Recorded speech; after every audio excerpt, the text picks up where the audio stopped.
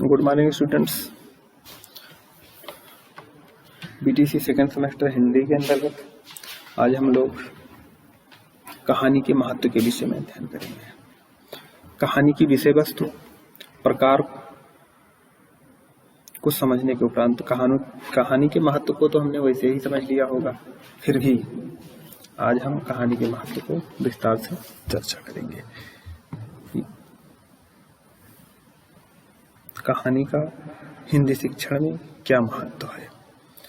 पहला महत्व, कहानी सुनाने से छात्रों के सामान्य ज्ञान में वृद्धि होती है। उनका जो ज्ञान है कहानी के माध्यम से बढ़ाया जा सकता है सामान्य रूप से।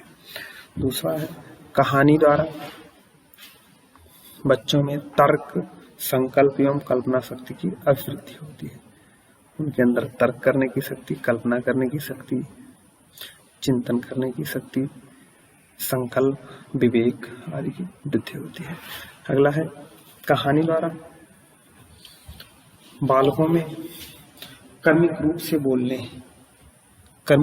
बोलने तथा तार्किक रूप से विचार करने की शक्ति विकसित होती है। कहानी के माध्यम से किस क्रम के बाद इसके बाद ये बोलना है, क्रमिक रूप से और तर्क के साथ जो भी बोलना है तार्किक रूप से बोलना है, इसकी भी क्षमता आ जाती है। कहानी द्वारा बालकों में शब्द भंडार एवं मुहावरों का भी ज्ञान प्राप्त होता है। कहानी सुनने से बच्चों के शब्द ज्ञान भंडार में वृद्धि होती है, मुहावरों की भी जानकारी होती है। कहानी वक्ता एवं श्रोता दोनों के मध्य घनिष्ठ संबंध बहुत अच्छा साधन है। जब नए बच्चे मान लीजिए क्लास में मिल रहे हैं तो पहले उन वक्ता और श्रोता, छात्र और अध्यापक के बीच घनिष्ठ संबंध होना चाहिए, क्योंकि दोनों में अगर घनिष्ठ संबंध होगा तब भी शिक्षा सुचारू रूप से चल सकती है। कहानी से बालकों की स्मरण शक्ति का विकास होता है। कहानी कल्पना तथा संवेगों के बीच संतुलन स्थापित करता है। कहानी के माध्यम से हम बालकों के जो कल्पना करने की शक्ति है और उनके जो संवेग हैं, दोनों के बीच संतुलन करना, ये कहानी के माध्यम से ही हम सीखते हैं। सामाजिक विषय में कहानी प्रयोग साधन की भांति है, जबकि साहित्य में इसका प्रयोग साध्य की भांति किया जाता है।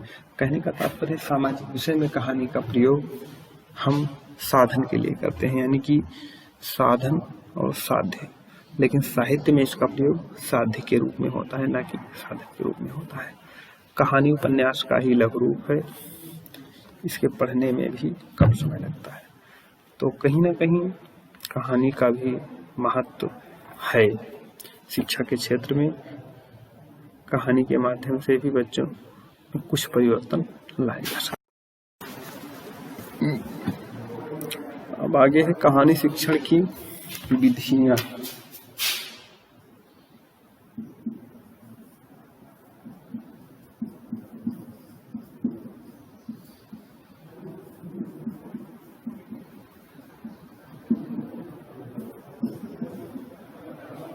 कहानी शिक्षण की विधियां।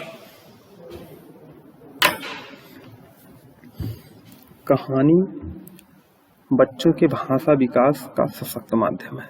कहानी शिक्षण के द्वारा छात्रों में कल्पना शक्ति, तर्क शक्ति, चिंतन एवं अभिव्यक्ति क्षमता का विकास किया जा सकता है।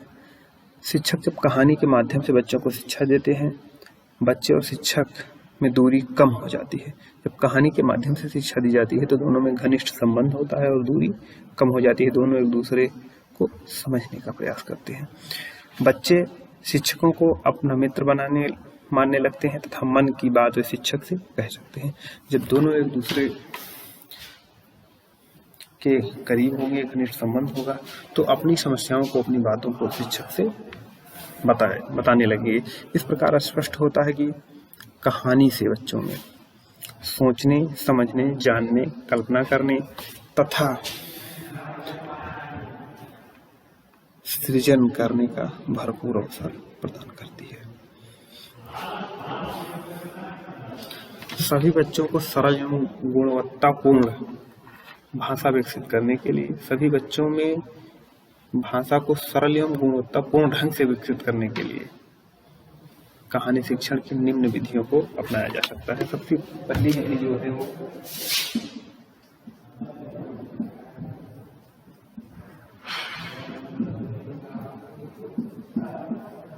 वार्तालाप, नाम से ही स्पष्ट है, वार्तालाप।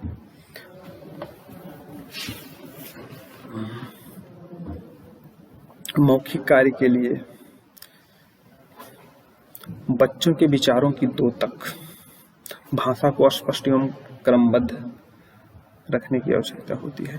प्रारंभ में बालकों का पारस्परिक वार्तालाप एवं शिक्षक तथा कक्षा में वार्तालाप होना चाहिए। कोई भी नया अध्यापक आता है, नए छात्र आते हैं, तो सबसे पहले वहाँ जो सीखने सिखाने की प्रक्रिया होती है वार्तालाप के माध्यम से ही होती है। दोनों एक दूसरे को जानने का प्रयास करते हैं। प्रत्येक छात्र को वार्तालाप के लिए प्रेरित करना चाहिए। यहाँ सिर्फ ये दायित्व तो नहीं होता अध्यापक का कि वो अपने विषय में बता दे, प्रत्येक छात्र को इसके लिए प्रेरित करना चाहिए। आप भी अपने विषय में जो कुछ भी समझ रहे हैं उसके विषय में कुछ बताइए। वार्तालाप का विषय बालकों के ज्ञान अनुभव के दायरे में भी होना चाहिए। वार्तालाप का जो विषय हो वो उनके ज्ञान के दायरे के अंदर ही हो। ऐसे प्रश्न ना पूछ लिए जाएं, ऐसे टॉपिक ना उठा दिए जाएं कि जो उनके ज्ञान के दायरे के बाहर हो। अगर कुछ नहीं हो सकता है तो वार्तालाप में उनका नाम और पता ही जाना जा सकता है। वार्तालाप में छात्रों से प्रश्न पूछकर उनसे उत्तर निकलवाने का प्रयास करना चाहिए। कुछ सामान्य प्रश्न जो उनके ज्ञान के अनुकूल हों पूछकर उनसे उन प्रश्नों का उत्तर जानने का प्रयास करना चाहिए। शिक्षक को सर्वप्रथम पशु पक्षियों, रोचक पात्रों वाली छोटी सरल और मनोरंजक कहानियां, लोक कथाएं तथा रोचक प्रसंग आदि उचित हाव भाव और गतिविधि के साथ सुनाना चाहिए। यानी कि पहले जब आप नए नए उनके सामने आ रहे हैं उनके ऊपर दबाव बनाने का प्रयास मत कीजिए। आप उनको प्रभावित करने का प्रयास कीजिए, आपके गुणों से वो प्रभावित हों। पुनः वही कहानी या उससे मिलती जुलती कहानी छात्रों को अपने, यानी कि आप जो भी हाव भाव व्यक्त कर रहे हैं पुनः आप उसी हाव भाव में उनसे जानने का प्रयास कीजिए। प्रारंभ में बच्चे संकोच करेंगे लेकिन धीरे धीरे सुनने लगेंगे और सुनने के बाद उस व्यक्ति किए हुए वाक्य को वो आपके सामने प्रस्तुत करेंगे। इस प्रकार की प्रक्रिया से शिक्षण जीवंत बनी रहती है। कहने का तात्पर्य है यहाँ पूरा कार्य मौखिक रूप से होता है। पहले आप छात्रों को कुछ बताएंगे, बताने का तरीका आपको उनको प्रभावित करने वाला होना चाहिए, प्रभावशाली होना चाहिए, जिससे उनके अंदर उत्सुकता बनी रहे और उस उत्सुकता को बनाए रखना आपका कर्तव्य है। छात्र से उसी कहानी को अपनी टूटी फूटी भाषा में अधूरे रूप में जानने का प्रयास कीजिए। ये विधि है वार्तालाप विधि। अगली जो विधि है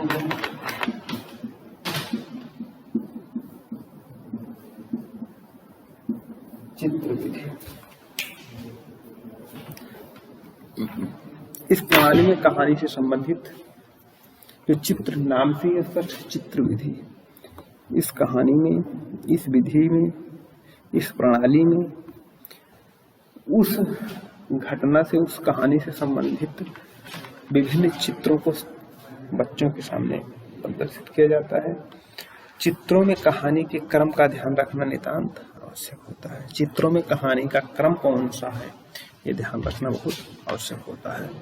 सर्वप्रथम कक्षा में कुछ पशु पक्षियों के चार्ट आदि बनाकर टांग दें। छात्र से उनसे संबंधित कुछ प्रश्न पूछें। इस प्रकार उससे संबंधित कुछ वाक्य पूछें। इसके लिए छात्रों के सामने कुछ उदाहरण भी प्रस्तुत किए।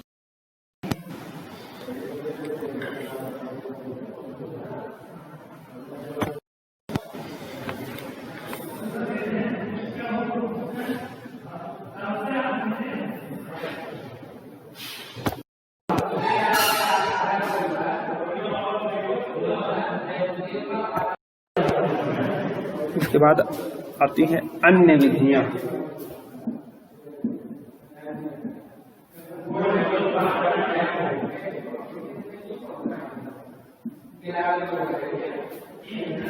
अन्य विधियां, अन्य विधियों के अंतर्गत